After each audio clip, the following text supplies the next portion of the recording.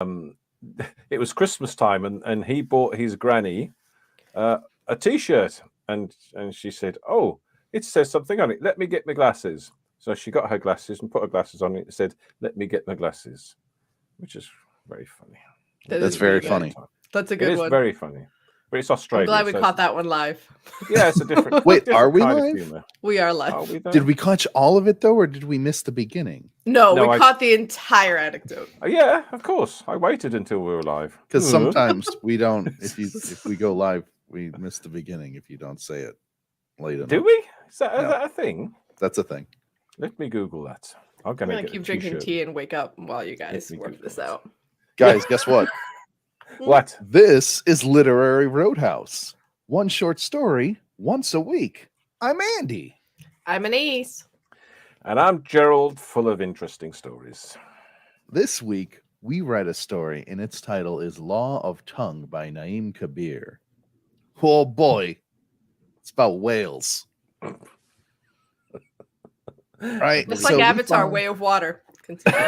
Nobody's seen that. I know it I've made never like seen a anyone get so gazillion- excited over whales. billion-y gazillion dollars, but like it can't be good, right? Has anyone seen it? Avatar, The Way of whatever. Water. Yeah. I did. I saw it. Yes, I saw it in Was it- theaters and was it IMAX. good? That's the only. It's only good if you go see it in IMAX because the whole point is visual candy. Everything else is like it's fine. It's a fine vehicle is for it still fun CGI. Fern Gully? Yeah. Okay. Now with Well, whales. like I've also already seen Fern Gully, and that had Robin Williams, so it's like Okay, one but up this on one has a Avatar. cool whale fight. So And Tim Curry. Are you kidding me? yeah. How did I forget Tim Curry was in Fern Gully? All right. Let's do the story. Yeah, Law of Tongue. Yeah? Yeah, so we follow our intrepid hero, Shayna, who is the assistant to the mayor's office for something about whales or something. She got a title. I wasn't gonna look it Yeah. up again. And the big summit with the orcas and the mayor's office is coming up in a few weeks. But oh boy, the matriarch of the orca pod's like, you got to find my granddaughter. She ran off with these rogue pod. Like, Yeah. all right, like there's an entire like world's worth of oceans. You want me to find one whale? That's ridiculous. And matriarch's like, do it or I'm not coming. Are you So going to she calls in summarize this some line by favors, line? turns scientific research Just into saying. spy network to find a whale, and she finds them. Then she finds them, and then the rogue pod is running with a bunch of indigene whale hunting guys in like cool like bone boats. So those guys are all right, and they're going after. You think it's bowhead or bowhead whales, huh? What do we think? I don't know. thought I think it's Bowhead, yeah. bowhead. Yeah. Bowhead whales. They're like It's killing probably them round, and then yeah. splitting the meat with the orcas so that the humans can take the blubber and stuff so they can heat their homes in the ancestral ways. So like, okay, you guys don't want to play ball. I know how to find a whale. I'll go get some whalers. So she goes and finds some cool whalers who live in like an eco-friendly commune in Arizona where they have cool exosuits powered by chlorophyll recycling, and the whole place is covered in moss to like let them churn up the moss so that they can chlorophyll recycle it and power their exosuits. So she brings these guys out of retirement and like, it's good to be whaling for the side of justice for once instead of the side of evil. So they catch the whales, and then the human hunters are like get pictures of her as they're leaving, like, oh no, they're gonna blackmail me. And then they don't. And then in the negotiations, just before the negotiations, the pictures go live. They blur out Shayna's face, and it just shows people kidnapping an orca so that everyone in Seattle's like, oh boy, be nice to orcas. And so the matriarch of the orca pod gets everything she wants, and the mayor doesn't. She doesn't have to make any concessions to the human mayor. And it turns out the matriarch set up the whole thing on purpose to trick her. And Shayna's like, why didn't you burn me though? Like you could have got me fired. The matriarch's like, I know you. We'll work again later. Zing. I'll manipulate you again later. Yes. do orcas make that Bowhead sound every whales can time? live up to 200 years old. You said this last week. Yeah, but like we weren't on the show. Oh, now no, I'm, we now weren't, I'm were telling our audience. Not just our private Slack. Yeah. I don't know if maybe I missed it in the summary, but the key point is when they go to get Tip Hop, the granddaughter, they're pulling her up out of the water, but they're not killing her. They're Right. kidnapping her. Kidnapping. Right. But Yeah. with the traditional tools of whaling. Yeah. Well, the traditional sci-fi tools of whaling. It's like Yeah. future stuff. Yeah. The world building was super cool. I liked it. I liked all the little things. I like how they made VTOL like a word, right? Because like if everything's vertical takeoff or landing, right? Then right. Like, yeah. Yeah. Take the Veets. Yeah. Also, Shayna is not a scientist. She works for the office as a negotiator, and I like that because her approach to everything is just like, get the job done. I need to make this deal happen. And like she has to work with, I mean, she gets the information about remember when she talks to her ex who does do scientific research? So what she's getting from him, there's a big like network of whale sounds where they map every whale's voice to the whale, and that's how they find where Tip Hop is. Through but she, like, I'm not supposed to use this for non-scientific work. She's like, come on. He's like, all right. That's basically what happens. But it's just cool. Like she has to go through all these contacts that she knows, both on like you have the pro-conservationist research people and then the former whalers who've retired in a very cool way, which is just cool, right? Like she'll stop at nothing, and that's what the matriarch killer whale. Right. That's what she likes. Yeah. And she's a killer. Right, we shouldn't call them orcas because they want to be called killer whales, according to the story. They think it's cool and it helps them in negotiations. Yeah. Gerald, what did you think of the story? I was just going to tell you before you interrupted me. Excellent. This was a fun story. This was I sort of didn't get the point at first, but then it's a great little sort of twist on sci-fi, although it sort of seems to be set in the 1900s, so it's a bit weird. Maybe all of this stuff passed me by. I don't know, but there's but yeah, it's really good and a good clever ending, and I can't say too much bad about it because Andy likes it so much, and he's my friend. Oh, I was gonna say some bad things about it. Actually, were you? Well, a little bit, because I read the story and I thought, okay, this was first off fun. It was fun to read. It was cool world building. I liked. But then as I was going after it wrapped, I was like, okay, but like, what did it do? It was fun. It was neat, but like, we had a bunch of pieces of things. Maybe it was too many pieces for a short story, and none of them were deep enough. And I was sort of like mulling it over out loud. And I was talking to Karina about it. Karina, a guest of the show on occasion. Not enough. And I thought,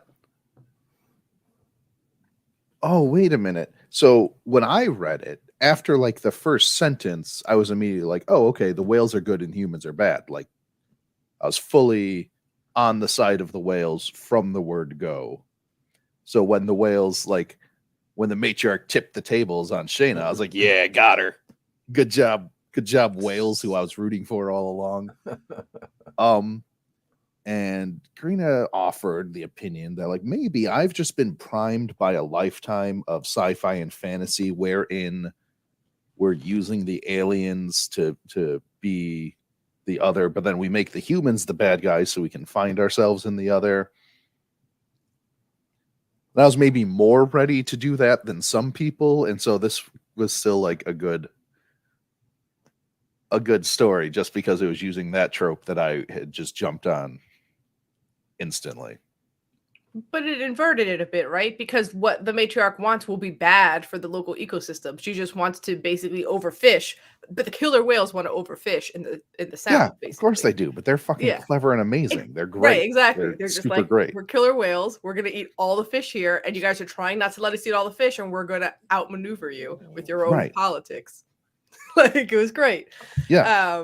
Yeah. Well, I guess that's the thing too. Like in this story, like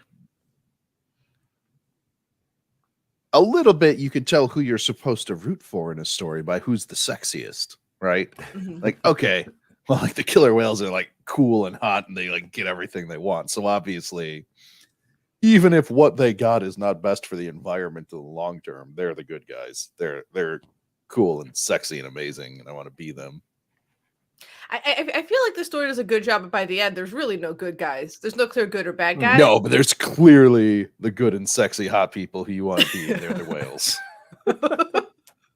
There's clearly the really competent side. Right. Yeah, sexy whales. Well, look, we can Sexy use characters. sexy in a Yeah, less literal. I sort of got it. I think it does a good job of making all of the characters sort of real, in that no one is 100% good or 100% bad. It's not goodies versus baddies. It's there's some good people, but with sort of have to do bad things, and vice versa. So I quite like that. I quite like the world building is very good, because there's not much of it, but while telling the story, it's building the world, and so I like that. That was very good, very clever, and it's only like 4,500 words, so that's probably less than that. So I think for such an unusual world and an unusual story base, I think he did a really great. Probably Naim, Kabir, don't know. The writer did a really great job of telling us the story in this world without too many issues of not knowing what the hell's going on. So I really enjoyed it. Yeah, I don't think there were too many levels of story to it. Really, I was trying to sort of do some correlation between whales and humans and various sort of groups of characters and the world that we're living in. And I soon stop that, because I thought there'd be more about language, because wouldn't language be a good play on law of the tongue, right tongue? Like, I don't know, but there wasn't. That's not what a we're bit doing. about language. Yeah, a little, not like. Well, like there is, right? Like the whales, all the different whales have different ways that their voices sound, the way that their cries sound. But also, there's that line about how the killer whale communication is 80% body language. So the way that the like the indigenous group that works with them, that hunts with them, that basically uses killer whales as like their hunting dogs, which was cool. That was real they cool. Communicate more physically. That's also how you could tell they were the good guys, because that's cool. Yeah. If you use killer whales as hunting dogs, you're real cool. You're cool. Yeah. But right, and they had a good relationship, a lot of communication. So he like laughs because like the way that Shayna does it is she puts the microphone in and she has the headphones on, and he's like, that's how you talk to them. Mm-hmm. All right, at the end, Shayna jumps in the water with the matriarch. Yes, exactly. Yeah. So there's a lot about language. And also I think there's something about, like, right now we're in a time where people are starting to talk about like people, like labels for certain animals. Like if an animal reaches a certain level of intelligence, is it a kind of person, even if they're different than we are? So people are like, the status could apply to dolphins, octopus, like certain creatures like have, so then if you extend that, if you just go, okay, let's say that's true, and we recognize that. So this is the Mayoral Office of Interspecies Affairs. So we're recognizing them as a particular species, which we should be negotiating with, and we have negotiators for that. Then all of a sudden it's like, sure, they're people, but they're not automatically like good. Like they still have their interests that they're going to go for. And then there's that line at the end where Grandma Kay says, because like the reason that Grandma Kay pulled off this amazing twist is because she was underestimated.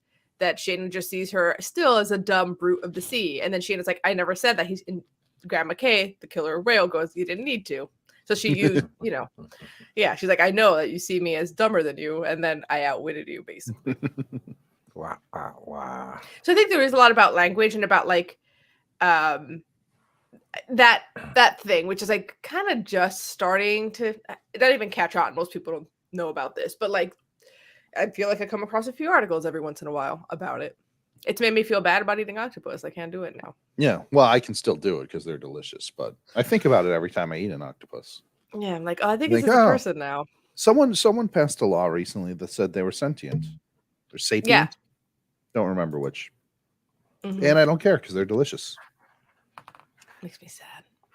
Strange coincidence. I had some last night. Yeah. Yeah. And they were delicious. You're right. Yeah, I like them grilled. A lot of places will fry them. I like them grilled. Yeah. All right. So. Oh, sorry. Lemon. Yeah, so I think there's plenty about language. There's plenty about like there is environmental stuff there, but he doesn't have the clear good bad going on. Right. And it was interesting. He didn't he was leaning into environmentalism. The world building was a lot about Right. Right. The whalers were doing the thing to get a moisture condenser so that they can, yeah, live comfortably but without impact in the desert. Right. Yeah, there was all kinds of stuff that was sort of but without the typical good bad. It wasn't the Avatar version of the whale environmental story. It was a different. I was just saying at the very beginning, just like in Avatar, it's about whales. You could have referenced Fern Gully. Yeah, but this is one that's out now and has Tim whales Curry. Tim Curry's always relevant. Yeah. Why is it that when an animal lives super, super long, we feel extra bad about their death? Like whales and stuff like that. Also, short animals, the cuter. They have to be cute or live a long time. Like a tortoise that's lived forever. When they die, we're like, oh no, that's not a cute animal, but they've lived a long time. Well, there's that French nun who died recently. She was like 118.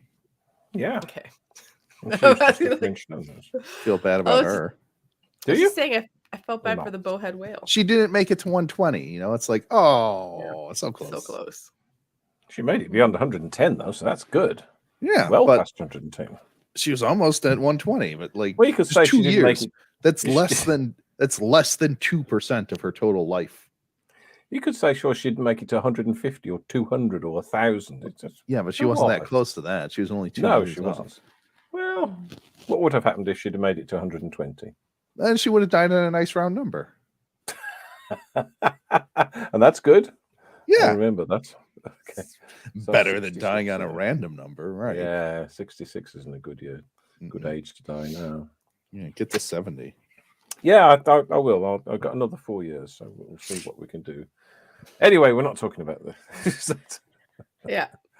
And then and your point about your point about the environment again shows the true compromise that we should be taking. It's not all Greta Thunberg and big pharma and big oil and in competition. It's actually making compromises and doing what you can and making an effort to change things without destroying someone else's life.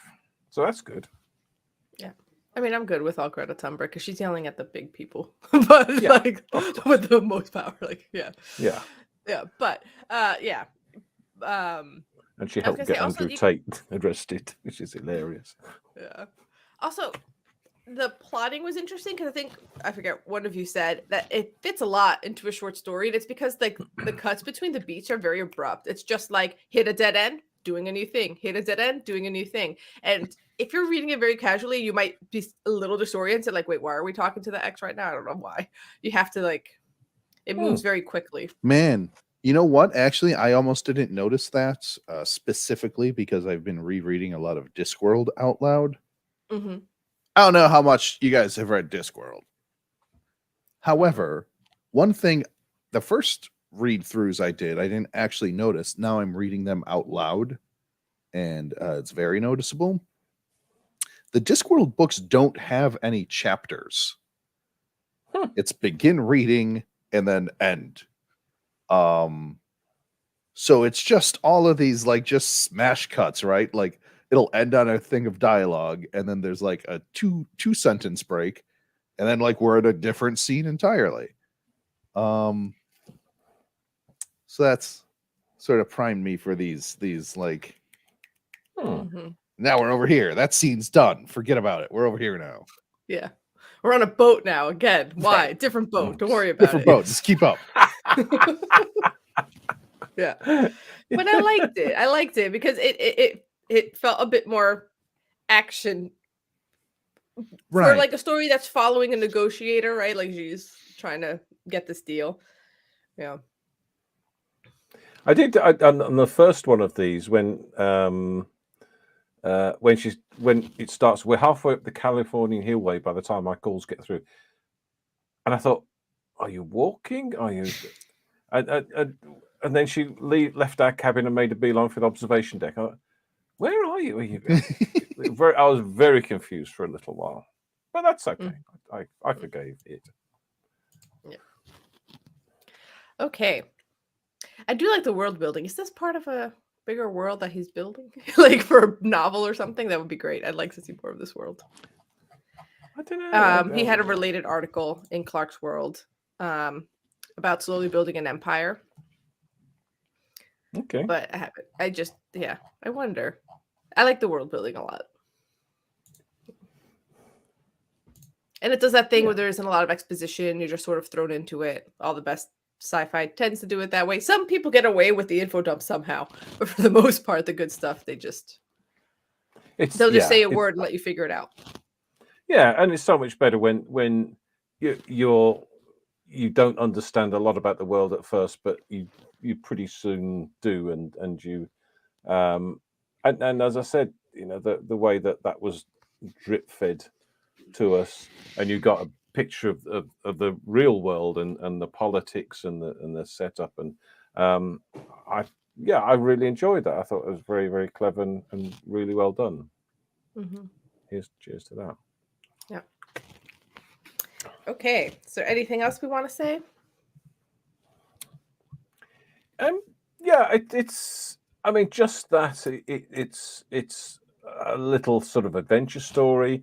It's got no real depth to it, no meanings particularly, other than perhaps on nothing is as black and white as we're often led to believe.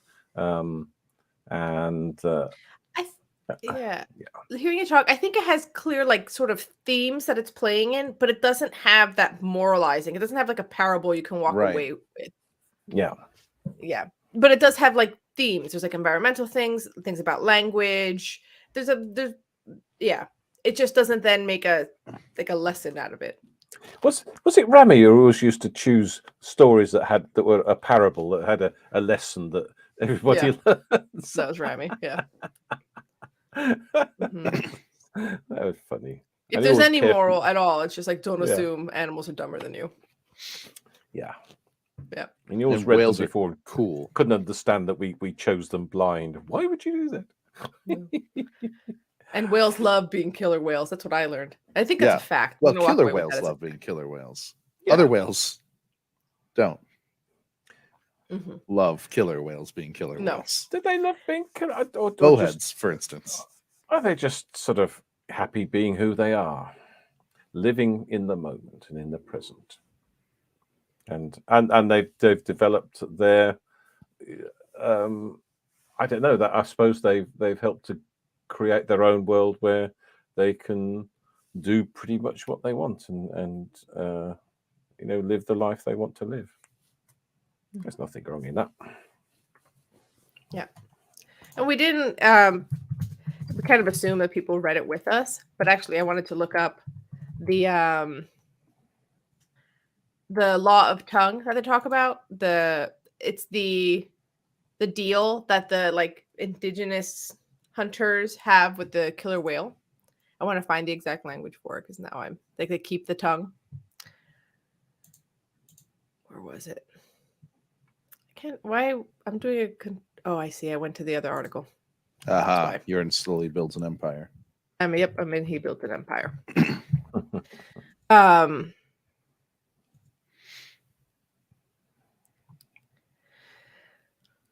So it's in the 1900s, some whalers struck a deal with the orcas. They got the meat and blubber, and the whales got the tongue. That was the law of tongue, which was interesting.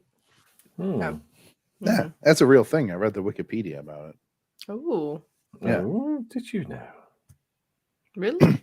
Yeah, they'd kill a whale, they'd stake out, and there's a whole thing. The tribe's traditional markings mirrored the color of the orcas. So they're like, oh shit, when they're our spirit animals, and they're like, all right, well, gotta stake out this dead whale for the orcas for a minute so they can choose the best parts.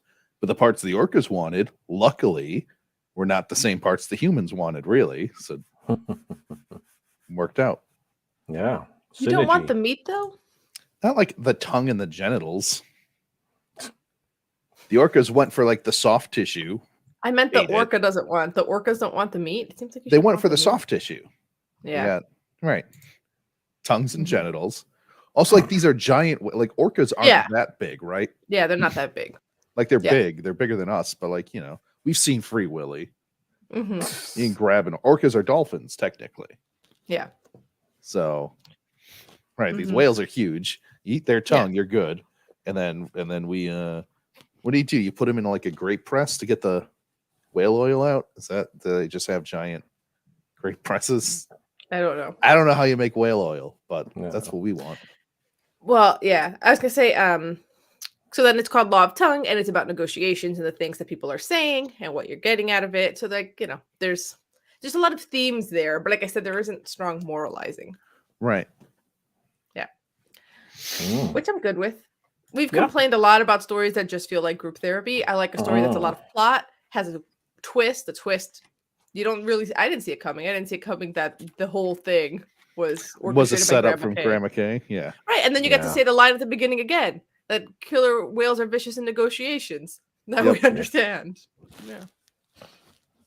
You Yeah. you promise they're vicious in negotiations. You get to the end, they're like, oh, okay, they are.